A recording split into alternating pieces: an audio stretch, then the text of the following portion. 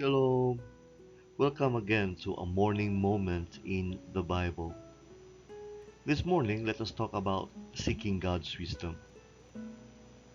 And our verse is found in the book of James, chapter 1, verse number 5.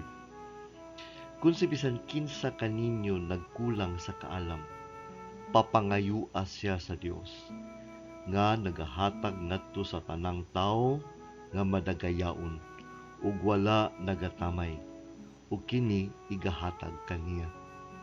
Ang matag adlaw sa atong kinabuhi nagadala og nakalain-lain nga mga pagpili, madagko man o magagmay.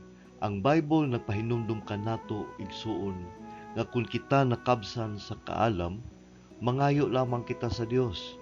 Ang iyang kaalam hingpit og dagaya. Ug wala kini gihikaw ngadto kaniya nga nangita niini inubanan sa pagtuo. Ang tinuod nga wisdom dili lang kay mo tabang kanato sa paghimo og mga importanteng desisyon. Kini usab muumol sa atong mga kasing-kasing aron kita mahimong sama kay Kristo. Putli, mapailubsanon ug mabilantayon. Igsuon, sugdi imong adlaw diha sa mailampuon nga kasing-kasing. Ug kana ang atong a morning moment in the Bible. Peace